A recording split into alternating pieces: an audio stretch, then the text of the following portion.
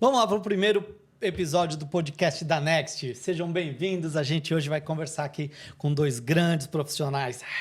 O primeiro episódio, Bora lá. Vamos estrear. Eba! Estou aqui com a doutora Alika Grock, doutor Felipe Ayala, farmacêutica, biomédico. Eles vão se apresentar um pouquinho mais aqui, mas antes de vocês conhecerem mais os dois, a gente vai falar algumas coisas importantes que é mercado de estética no Brasil. Esta era a vontade de chamar vocês aqui. Tá bom ou tá ruim? Depende do ponto de vista. Concordo, depende do ponto de vista. Uhum. Tá bom para quem? Tá bom para quem se especializa, para quem vai atrás, para quem está estudando, para quem está se especializando, para quem está deixando as coisas para trás, não vai. Então tem que realmente se destacar no mercado. Para quem tá ruim, Alika? Para quem tá ruim, para quem continua inventando moda, para quem inventa procedimentos que não tem nada de fisiologia. É aquela história de querer reinventar a roda. Isso. É exatamente isso. Sempre assim. Uhum. O que te fez entrar na estética? Vamos começar assim, logo de cara, assim. Nossa, preciso voltar no tempo pelo menos uns 28, 30 anos. O que me fez entrar na estética é o amor que o farmacêutico tem na ação dos cosméticos. A cosmetologia, eu acho que foi o primeiro start de todo farmacêutico na estética. Nós tínhamos... Farmacêuticos cosmetólogos. Porque nós tínhamos uma grande ferramenta na mão, e que é o cosmético, e, de repente, a vontade de ver a ação na pele do paciente. E aí você mergulha de cabeça na estética, quando você vai ver, você já está especialista e fazendo procedimento. Já foi. E na biomedicina? De onde você foi para a biomedicina para entrar para a estética? Ou a biomedicina já existia e você foi para a estética? Então, na verdade, eu entrei na biomedicina porque eu queria pesquisa. Né? Meu sonho de vida era trabalhar com pesquisa, tanto que eu fiz iniciação científica lá na USP, no IPQ, aliás, no IQ, que é o Instituto de Química, no Laboratório de Neuro.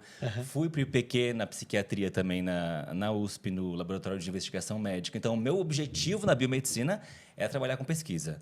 Só que eu venho de uma família que trabalha já com estética. Então, eu via as pessoas saindo do salão da minha mãe, das minhas tias e tudo mais, transformadas. Eu pensava, também quero transformar pessoas, também quero transformar vidas.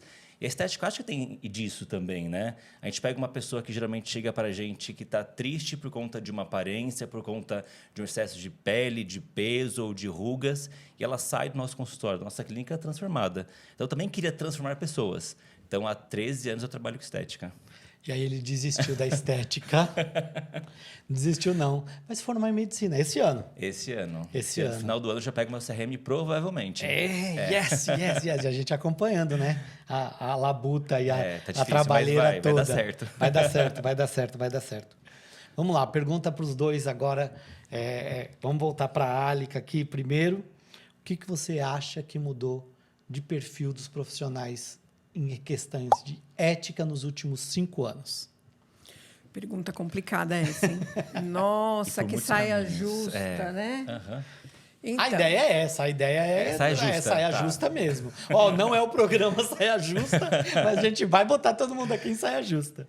Porque falar de ética é algo bem delicado, né? Depende muito de interpretações aí. No meu ponto de vista, como eu sou a bruxa, né, que reclama de muitas coisas, eu acredito que falta muita ética por parte de vários profissionais.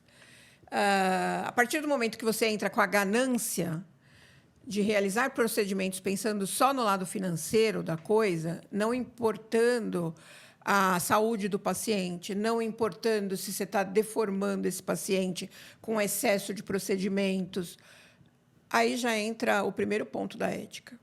Certo. Eu concordo plenamente, né, Felipe? Eu acho que é isso. Eu acho que tem muita gente se formando também. Eu lembro que eu estou na estética há 13 anos, mas eu sou formado acho que há 15. Há 15 anos, a minha mensalidade da faculdade de biomedicina era R$ 1.500. Hoje, acho que a faculdade de biomedicina, a mensalidade está, sei lá, R$50, você faz EAD ainda.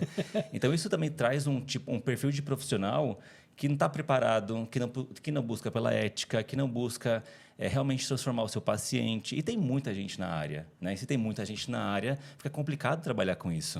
Ficou banalizado. Exato, né? isso e vocês acham que essa distância da formação do que tinha antes do professor, que era mais criterioso e tudo mais, hoje é reflexo no profissional que está atuando? Com toda certeza. Vocês acham que isso Com toda certeza. é assim? Eu sou saudosista. Exato, eu ia falar isso. Sem falar que a gente é velho no mercado, sem citar dessa maneira, talvez a melhoria do mercado em si, do profissional que está atuando no mercado, começaria com uma boa formação, melhores maneiras de se formar e se as pessoas tivessem uma orientação para não acompanhar a rede social e achar que que as pessoas se formam em rede social, porque a impressão que eu tenho hoje é que a pessoa está se formando em rede social. Ela vai lá, vê alguma coisa na rede social, acha aquilo interessante, não procura o profissional se é interessante ou não, mas se tem um profissional que é interessante eticamente, e tem aquele profissional que a gente vê lá fazendo festinha, fazendo coisas até antiéticas e tudo, mas é que é aquele cara que tem milhões de views. Então, assim, essa balização para a ética, vocês acham que deveria começar mais no estudo da formação? Com certeza. Tudo começa pela base, né? É isso. Se você tem uma base, se você tem uma base que é sólida, você vai ter então uma construção que é muito melhor. E o que você disse é muito verdade. Eu tenho alguns colegas que estão formados por rede social. Se eles veem um vídeo de um procedimento, eles não vão atrás de um curso, eles não vão atrás de uma especialização.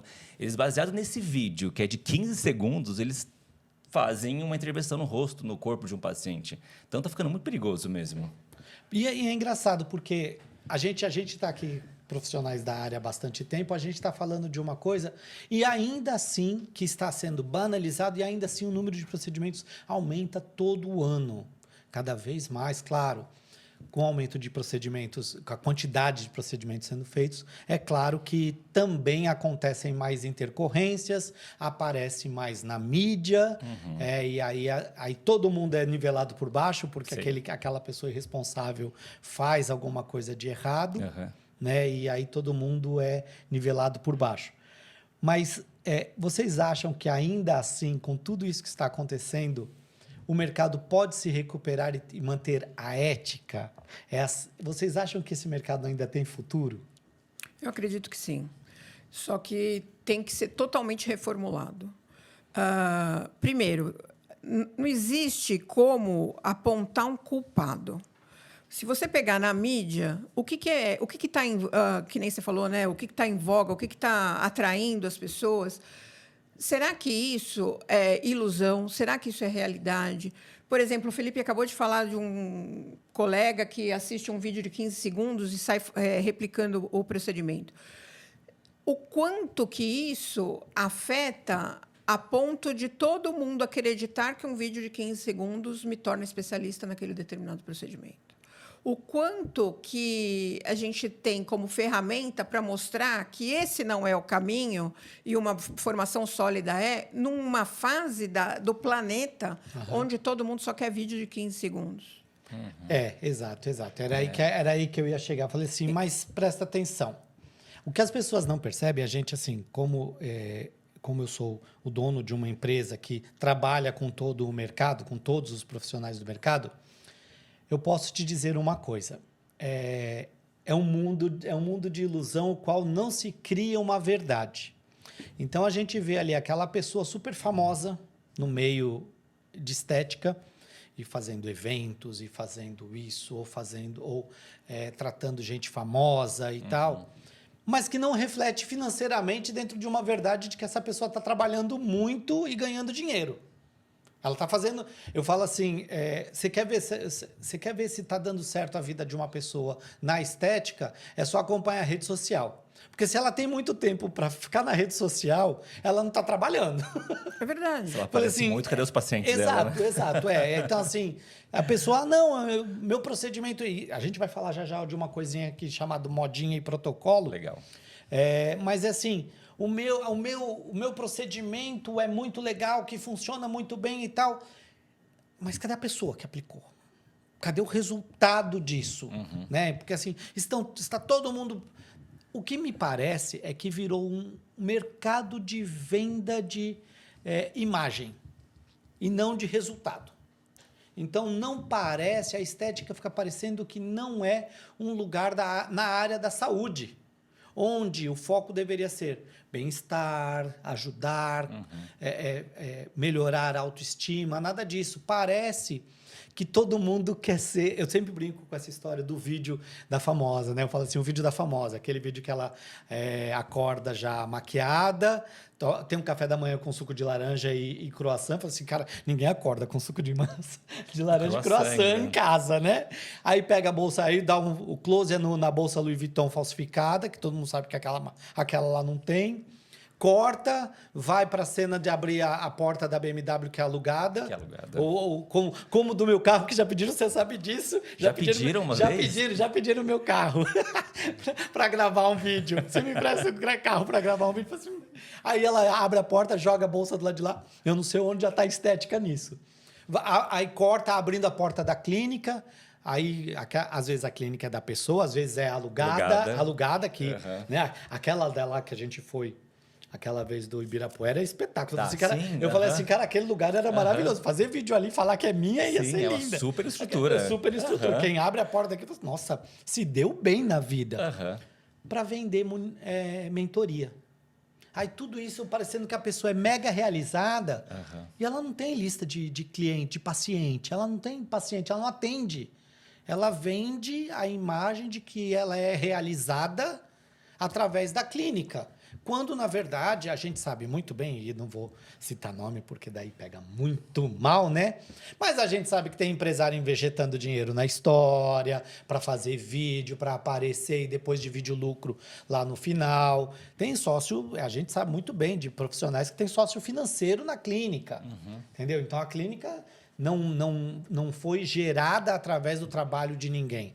A clínica junta-se um monte de sócios financeiros e paga marketing, paga globais, paga um monte de gente para ir lá e fazer essa história toda e depois, no final das contas, senta todo mundo e divide o dinheiro. Agora, de paciente não entra dinheiro. Entra dinheiro do curso de 15 mil final de semana, entendeu? Do protocolo que vai estar à disposição na internet lá com acesso. Eu adoro isso, com acesso ilimitado. Eu falo assim, cara, a pessoa que compra um curso com acesso ilimitado de pergunta e resposta é ótimo. Eu acho que é o ápice do que não deveria acontecer, entendeu? Porque só existe em uma área essa história, na estética. Curso com acesso ilimitado para dúvidas e respostas, para mentorias e monitorias. Olha, é um absurdo isso, um blá, blá, blá. Mas falando em modismo, a gente tem um monte de coisa acontecendo aí e um monte de produtos aparecendo e, assim, o mercado vive desse modismo, né? O que você acha, Alica, dessas modinhas que vão e vêm? Você é a favor ou contra? Super contra, né? Óbvio. Eu não posso ser a favor de algo que não tem um alicerce, que a gente comentou, não tem embasamento, como comentamos agora. Outra questão que eu acho que é de suma importância, tudo é ilusão. Um protocolo é ilusão. O protocolo que eu faço para você só serve para você. Foi baseado na análise que eu fiz do teu perfil. E por que em 30 anos de estética eu não tenho um protocolo Alica? Será que eu sou tão ignorante assim que eu não consigo construir um protocolo? Que tecnicamente é só sentar e fazer. Se eu olhar o Felipe, eu vou avaliar o Felipe, eu não posso fazer a mesma quantidade de produto, a mesma posição de cânula que eu faço em você, não tem como. Então, quando eu falo que eu crio um protocolo Alica para tratar uma massa gigantesca de pacientes, por aí eu já estou vendo que eu não tenho conhecimento, que a minha responsabilidade de passar isso, porque quem entra na estética como profissional, ele também entra como leigo. Certo, exato. E ele acredita naquilo que a gente vende, naquilo que a gente fala. A estética, ela é ilusão, assim como a mídia é ilusão. Tudo é ilusório para quem não tem conhecimento. O paciente acredita no profissional e o profissional acredita no professor. Que muitas vezes é esse professor que aluga a Ferrari, que aluga a clínica para vender uma imagem que ele não tem, na verdade. E sem o embasamento, e aí volta no ensino, sem o embasamento, eu acredito naquilo que eu estou ouvindo naquele curso, acredito que aquele profissional, por ser o papa que é me passado na internet, A referência, a né? referência, vamos dizer assim, eu acredito e saio replicando. E eu vou quebrar a cara, com certeza. Porque, tecnicamente, não existe um padrão nenhum para você colocar nisso. A gente até estava discutindo no evento da Next, que eu falei que eu era contra a aula de intercorrências. Eu falei assim, cara, como que alguém ensina intercorrência? Eu falei assim, não pode ter aula de intercorrência, porque a aula de intercorrência ela tem que estar ligada à aula do procedimento. Você fez o procedimento, o procedimento é esse, mas se der alguma coisa errada, é esse. Agora, criar-se protocolos de procedimento de intercorrência, cara, eu morro de medo. Eu morro de medo porque eu trabalho com hialuronidase e ela é uma das coisas que todo mundo bota a mão para intercorrência. E aí a pessoa tem uma intercorrência, usa a hialuronidase e causa um outro problema por não saber usar. Por quê? Mas a fulana, o ciclano falou para eu aplicar tanto que eu aprendi assim. Padrão.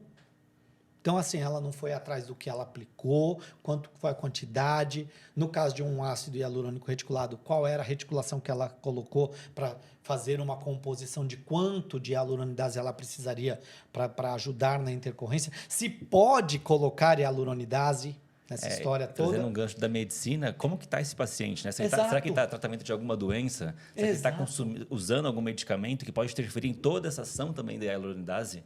Então, a gente tem que avaliar o paciente como um todo mesmo. O que você falou desse negócio de ter um curso só de intercorrência, para mim fez... De não ter, né? Um curso de intercorrência, para mim fez um boom.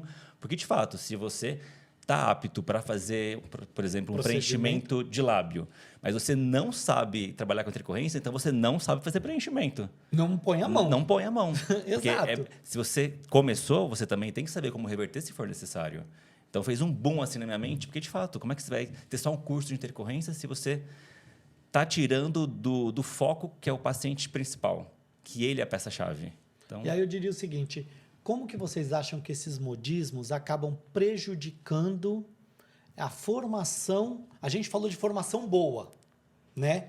E aí vem essas modas de, vamos usar hialuronidase para tudo, vamos usar não sei o que para tudo, agora não se usa mais isso, se usa aquilo, tal. Você acha que isso é cancha que vai dando para o profissional? Ou o profissional de modismo fica assim, eu falo assim, boiando no mar e cada hora vem alguém e dá alguma coisa, toma um pouquinho desse daqui e se vira com esse pouquinho de informação aqui para você ganhar o dinheiro. Aí as pessoas reclamam que não está dando dinheiro, mas elas não são boas em nada. Elas querem fazer tudo e não são boas em nada dentro do laboratório. Não, perdão, dentro do consultório. Entendeu? Então, assim, é difícil você falar assim, o consultório dá certo. As pessoas esquecem que a gente, quando vai procurar alguém no consultório, a gente quer o especialista. Só que ela vai trabalhar e ela quer fazer de tudo. Então, eu falava isso para o Felipe. Isso foi em 1532, mais ou menos, que a gente começou. Eu falava assim para ele assim, Felipe, cata uma coisa e bate nessa tecla. Porque se você for fazer de tudo, você vai ser engolido pelo mercado como todo mundo. Felipe catou o abdômen, foi lá batalhar em cima dele. O nome dele foi construindo em cima disso. Ele só fazia isso? Lógico que não. Mas teve uma especialização dentro de que todo mundo, ele se destacou por estar diferente no mercado. Exato. Né? Então, assim, se ele tivesse... eu faço gordura, eu faço preenchimento, eu faço fio, eu faço isso, eu faço aquilo, Quem faz tudo não faz nada. Quem faz tudo não é bom em nada, no final das contas. Você é mediano em tudo. E para ser mediano, não reclama que a pessoa não vai te procurar. Porque se você for fazer um procedimento, você procura algo. A primeira pergunta que a gente faz, quem é bom nisso? Eu até entendo o recém-formado, o profissional que chegou agora no mercado, que ainda não tem tanta experiência em um monte de coisa e quer fazer de tudo para saber o que gosta. Então, ele faz desde, sei lá, celulite, estria, tratamento capilar, tudo. Mas ele acabou de chegar no mercado, então ele está vendo o que ele gosta, qual que é a aceitação do mercado, para que ele tem mais mão. Mas o profissional que já tem uma trajetória, né, que já tem um caminho aí, que faz tudo, alguma coisa está de errado. Talvez ele realmente não faça nada bom ao mesmo tempo. Então, acho que realmente, quando você pega uma coisa e se especializa nisso, a sua chance de ter reconhecimento profissional, reconhecimento dos seus pacientes, reconhecimento financeiro também, né, é muito maior. Eu vou cutucar vocês numa coisa que é uma provocação básica aqui. Já que você falou de erro, eu vou falar uma palavra. Vocês vão surtar. Vamos falar de off-label? Off-label. Vamos beber água. Bora, pausa para água, vai. Off-label. Antes da gente falar o que é certo e o que é errado nele, vamos lembrar sobre legislação. Tá? Off-label. Você pode aplicar, uma ferramenta médica, vamos lembrar disso, uma ferramenta médica, atualmente reconhecido como ferramenta médica. Não médico, não é autorizado o uso off-label. A gente está falando de legislação. É uma ferramenta médica para você, num caso clínico específico, utilizar uma dosagem diferente da padronizada e registrada na Anvisa. Ou seja, para você fazer um procedimento disso, para você usar o off-label para alguma coisa, esse procedimento tem que ter o reconhecimento base registrado na Anvisa. Ou seja, eu quero fazer uma coisa de 10 miligramas a mais, porque é 5, eu quero fazer 15. Peraí, porque é 5. O 5 foi estudado, registrado o teste, o medicamento foi aprovado para 5. Vou usar 10, por risco e culpa minha. Em caso de intercorrência, assumo toda a culpa em cima do que está acontecendo. Perfeito. Pode-se ser criado protocolo em cima de off-label? Legalmente, não. Não existe protocolo off-label. Existe lacuna off-label para alguém que precisa que a resposta da dosagem testada não está sendo funcional. Então, ponto. Daí vem na estética, todo mundo assim. Vamos lá. Vou falar de um produto aqui que gera esta polêmica, PDRN. Importantíssimo, importantíssimo. As pessoas não sabem o que é uma matéria-prima de grau farmacêutico e de grau médico. Isso é muito sério. A gente tem no mercado... denúncia! A gente tem no mercado PDRN sendo vendido de grau médico e sendo manipulado para ser injetado, tá? E isso não pode acontecer. Por quê? A matéria-prima de grau médico é aquela que é utilizada para equipamentos, para uso médico, mas não para a produção de medicamento. Para a produção de medicamento, a matéria-prima tem que ser registrada como grau farmacêutico, que os testes são muito mais severos, muito mais seguros para o paciente. Então, essa história de medicamento produzido com matéria-prima de grau médico é crime. Tá? Hoje, no Brasil, eu desconheço qualquer empresa de matéria-prima, por isso que a Next não tem PDRN injetável, que venda PDRN de grau farmacêutico. Eu desconheço. Se tiver, ótimo. Sorte de quem está trabalhando aí. Eu sou leigo, então, nessa história, não estou culpando. Se a pessoa tem, não tem problema nenhum. Tá tudo certo. Se achou uma maneira de ter um PDRN de grau farmacêutico para manipular, tá tudo certo. Mas hoje temos empresas que vendem matéria-prima de PDRN registrada como tópico, e aí não pode virar medicamento injetável. Isso é bastante sério. E temos empresas usando grau médico para fazer. Isso é uma denúncia bastante séria. Se for preciso, aponto, mostro, eu tenho laudos de tudo, de como funciona. Eu queria ter. Meu sonho era vender PDRN. Questionável se funciona ou não, se são todas as coisas que estão lá dentro, mas é um mercado. Né? E aí eu diria o seguinte, o off-label nessa história. Eu posso pegar alguma coisa cosmética e falar que eu estou fazendo uso off-label injetável? O que vocês acham? Aí volta no início do podcast falando sobre ética, né? Bem colocado. Né? Porque se você sabe... mas a pessoa não sabe. A tua fala você não sabe, a empresa te vendeu. Mas o profissional sabe. Sabe, né? A empresa sabe. Primeiro... Se tem Anvisa... Primeiro assim, se tem Anvisa é porque foi registrado como cosmético. Porque não tem registro de medicamento PDRN no Brasil. Para mim, no meu ponto de vista, leigo é somente o paciente. A partir do momento que você é profissional, você vai injetar isso aqui ou você vai aplicar isso aqui, você primeiro, antes de injetar, antes de aplicar, você tem que ter conhecimento total daquilo que você está fazendo. Porque é tua responsabilidade a aplicação daquele determinado produto. E a maioria das pessoas, hoje em dia, dos profissionais, eles compram a ideia, porque existe um marketing farmacêutico, existe um marketing cosmético. Então, eu compro a ideia, mas eu não sei nada sobre aquele produto. É isso. E muitas vezes um representante, um vendedor, ele vai falar só da ação, mas não vai falar do que pode, o que não pode, de norma de Anvisa, não vai falar nada disso. Só que, enquanto profissional, você tem o dever de conhecer tudo sobre aquela substância. Quando eu falo de uso tópico... Estamos pegando pesado. Dali. Quando eu falo de uso tópico, é pele íntegra. É, exato. E não pele lesionada por um microagulhamento, por exemplo. Que depois põe... Porque microagulhamento Continua em e o cima, injetável, uma intradermoterapia, não tem diferença alguma, entre aspas, só com a técnica e o material que você está utilizando. Mas...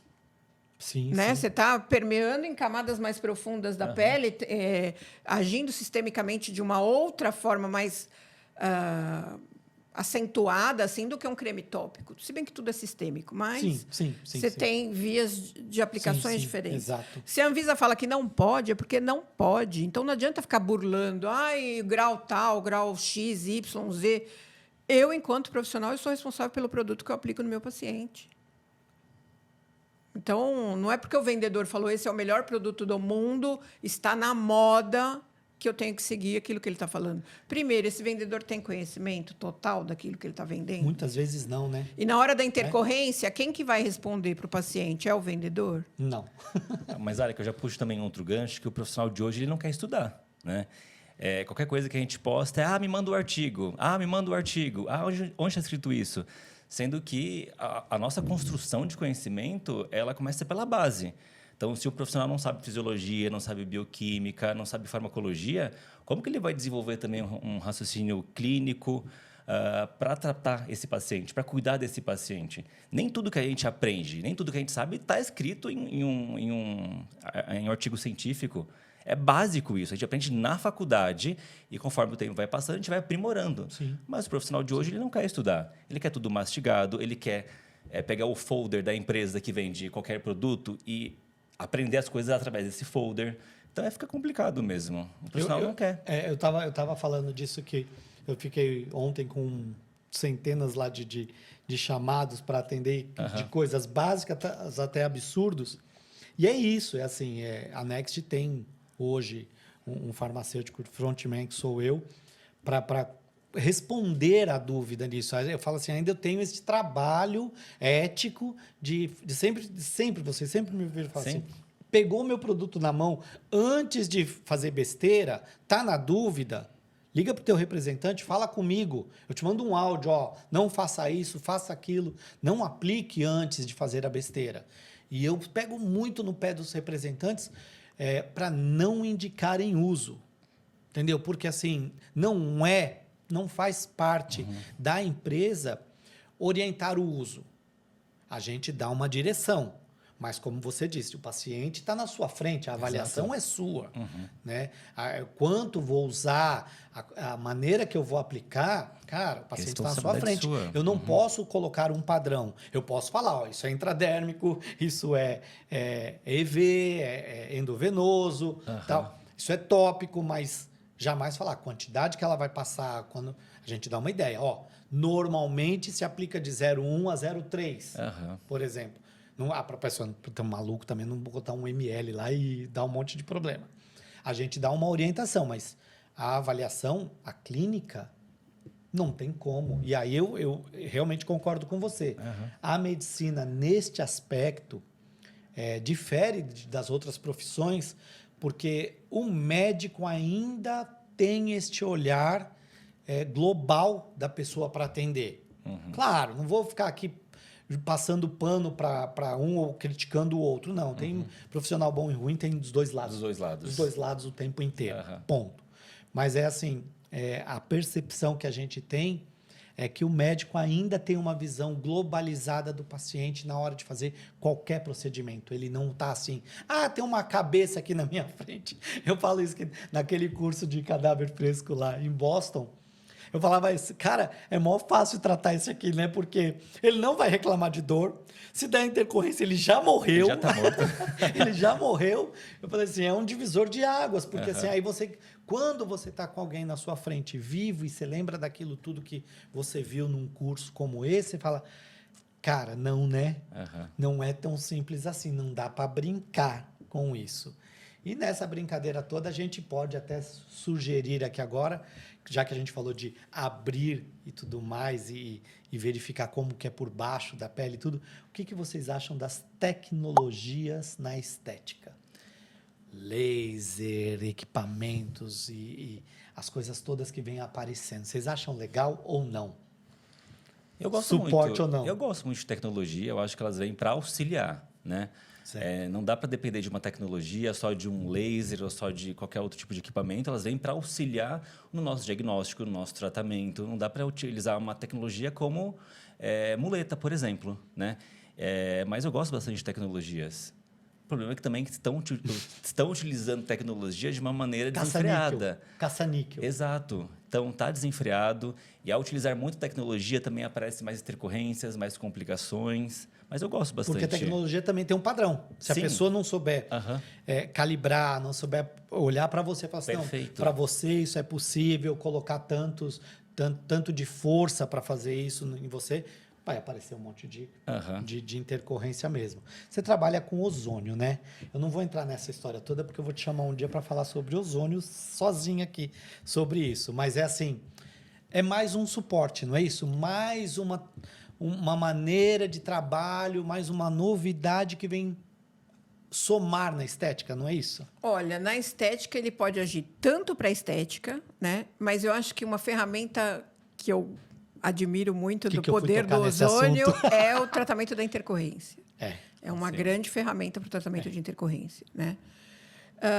Mas voltando em tecnologia, eu não gosto muito de tecnologia, porque eu venho de uma época que não tinha tantos recursos como tem hoje. Certo. Então, não é que eu não gosto porque não serve. Eu acredito que o equipamento seja bom. Mas também acredito que o equipamento sozinho não faça milagre. Sim.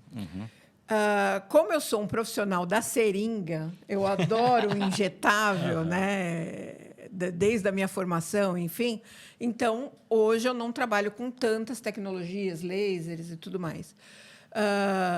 O que eu entendo é que também na tecnologia falta formação. Não, totalmente.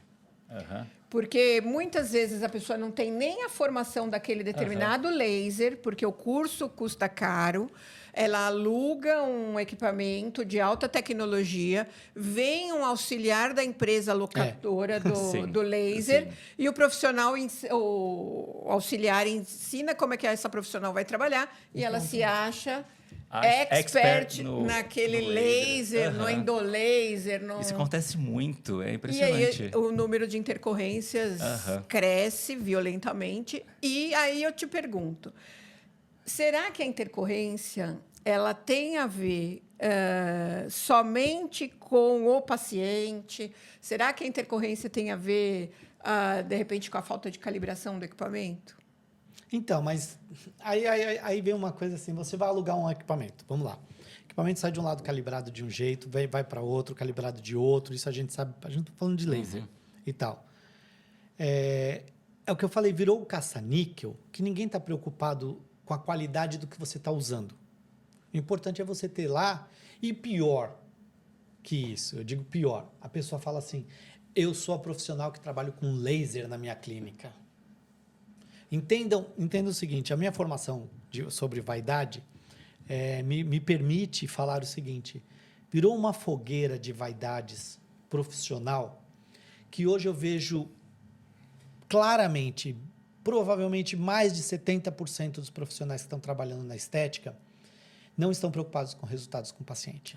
Eles estão preocupados com o Instagram dele. O Instagram, isso que eu ia falar. O Instagram dele. Virou uma maneira de se mostrar no mercado. Eu ainda acho que a gente quando se fala profissional, vem de profissão. Profissão a gente tem para ganhar dinheiro.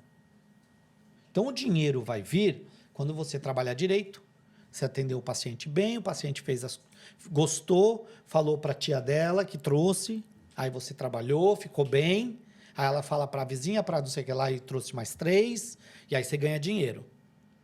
Agora, eu conheço profissional que ganha dinheiro de view de YouTube. Eu falei, ué, peraí, mas a área da saúde é divulgação de marketing ou é atendimento ao paciente? Então, aqui fica uma interjeição aqui que provavelmente a gente não vai conseguir responder, né? Porque a gente está nesse mercado, a gente sabe exatamente como é isso. Virou uma fogueira de vaidades onde as pessoas não estão nem um pouco, vocês falaram, a gente falou de intercorrência, de atender o paciente e tudo, mas ninguém fala de paciente. Eu não vejo um vídeo de alguém colocado assim, olha, esse daqui é o meu paciente, o Felipe, ele veio aqui fazer um procedimento comigo, você está feliz com isso? Você fez assim, assim, assim. Não, não é isso. Hoje tem o laser na clínica doutora fulana de tal. Que é sempre aquele logotipo cheio de rabisquinho assim, Sim. com o fundo rosé escrito uma em cinza. borboletinha, às vezes. Borboletinha. É esse. Feito no Canvas. Eu falo assim, oh meu Deus do céu. Não faz isso, porque isso aqui já não cola. Não. Achar que você vai fazer isso, vai vir alguém lá assim, ai, ela é tão meiga, tão bonitinha, pois até uma borboleta. Eu acho que a pessoa pode fazer o que ela quiser, não tem problema nenhum. Mas as pessoas esqueceram que é profissão. Profissão significa ser profissional e a gente é profissional e tem uma profissão para ganhar dinheiro e se é na área da saúde, atendendo o paciente. É isso que é trabalhar na área da saúde. Atendendo no bem-estar, a saúde é mega ampla. Mas hoje, o que a gente vê é as pessoas preocupadas em o meu vídeo ficou bom? A foto ficou boa? Eu estou bem vestido e bem maquiada? Gente, o que a gente vê de baranga horrorosa, que sem a produção da foto. Vou falar de mim. Eu já encontrei uma pessoa que eu não reconheci sem maquiagem. Da estética. Só dá para falar quem é essa pessoa aqui agora. Pelo amor de Deus, assim, trabalhamos com depois nome. você fala pra gente. Trabalhamos com nome e CPF. E aqui. quando grava o procedimento sem EPI nenhum... Afe Maria. Cadê a formação profissional? Eu tenho cabelão solto. Cabelo solto. Eu tenho uma regra. Todo. Várias pulseiras. Vocês acompanham o Instagram da Next e eu replico os stories que as pessoas postam da empresa e tudo mais. E eu tenho uma regra. Se postar agulha no coisa, eu não ponho. Se estiver injetando, se estiver entrando, se estiver preparando, eu não ponho. Porque eu acho que não é legal mostrar. É uma opinião minha. Mas qual é a finalidade de você mostrar a agulha entrando no corpo de alguém? Quando você viu uma propaganda em qualquer lugar do planeta de agulha entrando na pele de alguém? Nunca. Vai falar que venha tomar uma agulhada no meu consultório. Não faz sentido. Fala assim, ela está fazendo isso por marketing. Está errando. Tá fazendo para se aparecer. Tá errando, porque tecnicamente ninguém gosta.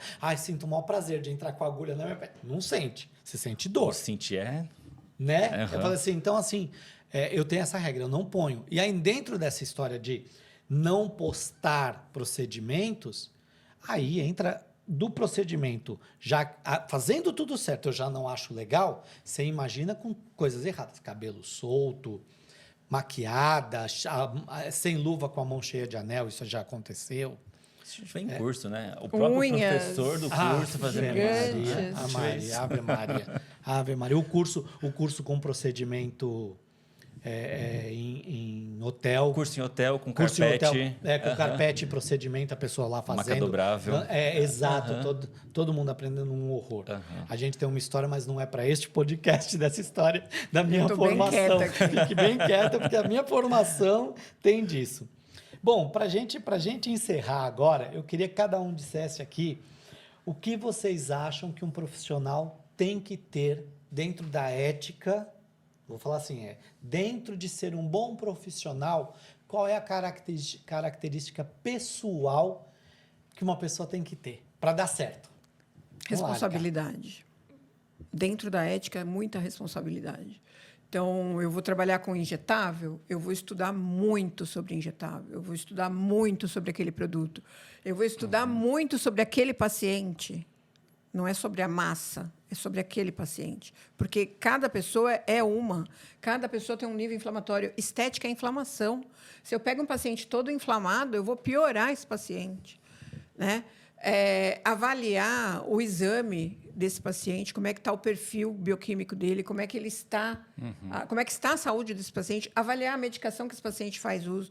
Então, assim, vai além de pegar uma seringa e injetar um produto em alguém. Então, é muita responsabilidade. E, assim, é aquele desejo de ser cada vez melhor. E esse desejo de ser cada vez... Não pode acabar não nunca. pode. Nunca. E esse desejo ele está muito mais ligado ao estudo, à dedicação, aquelas noites sem dormir, livros, artigos, do que uma foto de internet. Porque ser cada vez melhor não é tirar foto bonita na internet. Não é perfil. Não é o primeiro vídeo ser de um Celtinha e depois ser de uma Ferrari. Aí você melhorou.